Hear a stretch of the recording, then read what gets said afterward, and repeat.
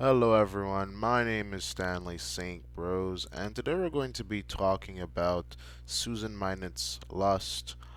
Now, before I go into this short story, please remember to leave a like, subscribe, and or comment so that the channel can continue to grow.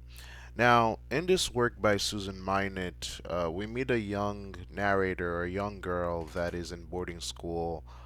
She's in high school, the high school level, and she's really kind of giving us an account of her sexual experiences at a very young age as a teenager. And it's incredibly sad because we kind of see her kind of like drowning in lust. To the point where there are several points of this short story where we can say that um, she's addicted to sleeping with men, but the thing is, like, she's not. Um, it's not. She's not happy. She's not happy in any way, shape, or form. And the story starts off with her being young and naive and thinking about love and the adventure of being in love with somebody. But the more partners she ends up happening, the more it starts to become darker and darker, and we start to see how it affects her personality, her outlook on life, and how sex just becomes this thing that's just dragging her down, and it brings her down into depression, into feeling really valueless. In the beginning of the short story, the girl is young, and it seems like she's having fun, but she names the guys and their traits, and what they were like in bed, and who they were. But the more the short story goes on, and we start to see that at first, it's her experiences are exciting and fun and great, but then it becomes like she's calling herself that she's just a body to these men, and that she's meeting them, the lust comes, that gratification comes, that high of lust comes, and then after that it seeps back into nothingness. It seeps back into depression and sadness, because she tells us within this work that she'll sleep with these men, but her heart remains closed and she can't love any of these men. And it's almost like for men, she's kind of saying, like, for men these are like conquests, but for her specifically, it's like she's a rose that's being plucked with every sexual experience. And it's incredibly, there's a search for happiness here, but she's not finding it. She remembers one thing that's really interesting about this work is that she remembers every single one of these men or young boys or teenagers that she's sleeping with. She remembers what they were like in bed and everything. She remembers the lust, and the gratification of everything that happened. But she also remembers how, at one point they had this look in their eyes that kind of seemed like, they loved her, that these men loved her, or that there was something special about her. But as soon as, she sleeps with them, the passion, the desire, the hint of being special just goes out of their eyes, and she's basically this warm body that's there, and that she doesn't mean anything to these people anymore. Um, she's talking about high school fun, where her friends, they would have these house parties, they would smoke weed and things like that, and they would enjoy themselves. But afterwards, these young girls, they're searching for something that they can't have, and these men are just coming in and out, and there's no love or interest or romance there. At first it's, the first guys that, she meets as a teenager, she's describing them as, having a halo, or being angelic and being special. But then she's referring to self as just a body, as just this body that's there, and she's meeting these men that she can't fall in love with. And even if when she tries to open her heart to them, uh, is just not happening, because every time she does that, she just ends up getting hurt and broken, and the cycle just continues. There is one boarding school teacher or authority there by the name of Miss Gunther.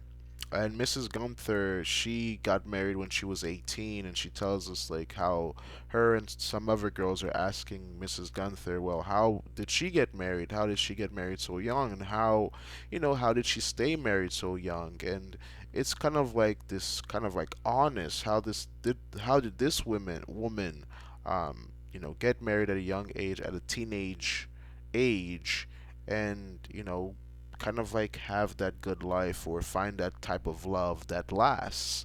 And that's what you find with a lot of these young teenage girls in this short story, is that a lot of them, or at least our narrators, is searching for love or searching for something more, is searching for something meaningful. And at first they think that, or she thinks, the narrator specifically thinks that lust is the way to go about it, but she's not finding that. She's also kind of like telling us that sometimes, this has to do a lot about her personality and her self-esteem. Sometimes, she'll tell us like, she's great at this or that, or she has other talents or other passions in life, but she says as soon as a boy puts her arm around her, she just drops everything or forgets about everything about her character and who she is. And she, they tuck her hair behind her ear, and basically she does whatever they want. Now, in some ways, the narrator is kind of speaking for a lot of teenage women, but in the same way, I guess we have to be a little bit cautious here with this short story, because the narrator is specifically talking about her life and what she experienced in her life, uh, and she's taking what she experienced in her life and kind of casting it on other young women. Now, her narrative, her story might fit for a lot of other teenage women, but not all teenage girls have her experiences.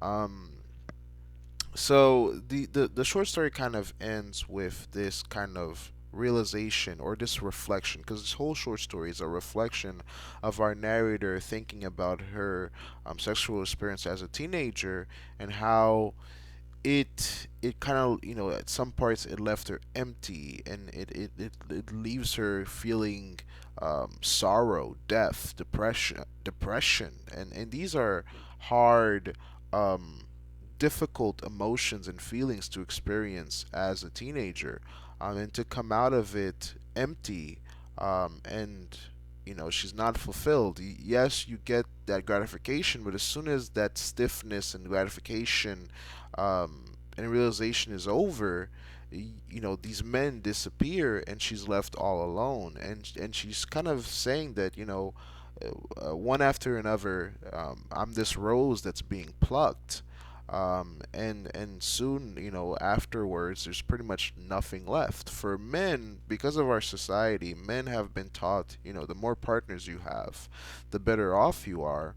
At least, that's what the American society have men believe. But for women, it's completely the opposite. Um, eh, it's completely the opposite, because she's kind of searching, but she cannot find.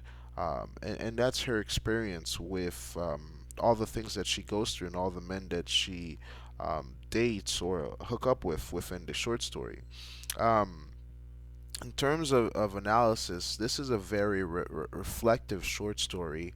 Um, she goes into a lot of detail about every guy, and how they were in bed, and how each of them left a mark in her life, and how ultimately there's like this type of, at first it was fun and exciting, but then the more and more and more, or more partners she has, I think you can count up to 15 partners that she names within the short story.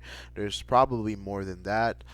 It's just there's kind of like 15 people she names, or 15 men that she names within the short story, and then there's more than that. And you know, in the first two or three, it seemed like she was having fun, but after that, it becomes a point where she's just seeing herself as this body that you know meets these people, hooks up with them, and then she's left all alone. And there's no, you know, she's not opening her heart. She's going down in depression. So the narrator here is reflecting on her experiences. She's seeing that these experiences are not helping her find happiness, are not helping her find love. She's feeling empty. She's feeling that, you know, that death, that depressions embrace, deaths embrace, and how lust it just leads to, you know, there's no meaning to it. There's no, um, you know, there's nothing that you can build upon it.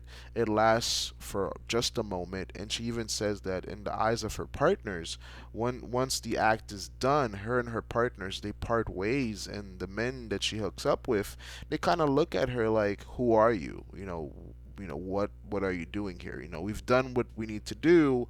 You basically mean nothing," and that's incredibly sad because um, it's kind of like the devaluation of what love is and what romance is, and um, well, now more days in the modern world, this experience that this narrator is giving to us within the short story, it's a reflection of where the world is going, or at least where the dating scene within the United States is going, where that old family, children, marriage type of thing is going out the window, and you get these more interactions of lust, and it's being upheld while the old connection based, family based ideals are just kind of going out the window. And this is the I guess the calamity of destroying the family uh, institution, is that people are left being more alone, unsatisfied, and kind of drowning in a sea of gratification and lust, with no true and deep connections, and it just leaves everybody just cold at the end, and there's like no meaning, no, um, you know, nothing you can build upon that. So there's no resolution. This short story does not have a happy ending. It just, you know, the narrator just realizes that, well, this, I'm not, you know, finding happiness doing this.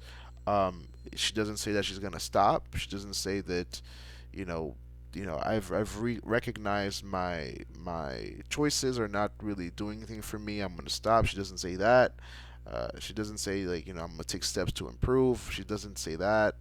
Um, she reflects on it. She tells us where she's at and how, well, you know, there's the hookup part, and then there's the depression part and the sadness part. Um, and there's no type of resolution saying, okay, life is going to get better. It's just, she just reflects on it, tells us what's going on, how it affects her, and how, you know, after lust, you're just alone. After the hooking part up part and the gratification part, you're alone, and, well, there's no deeper connection than that. So yeah, very sad. It tells you the reality of lust, but it's also very sad because you kind of see the pain that this young girl is going through, and how, well, we're not given a remedy. We're just given the facts of what lust is, what it does, and what it comes with, um, in the end. Well, that is all I had to say about this short story. Please remember to leave a like, subscribe, and or comment, and I'll see you guys in the next video.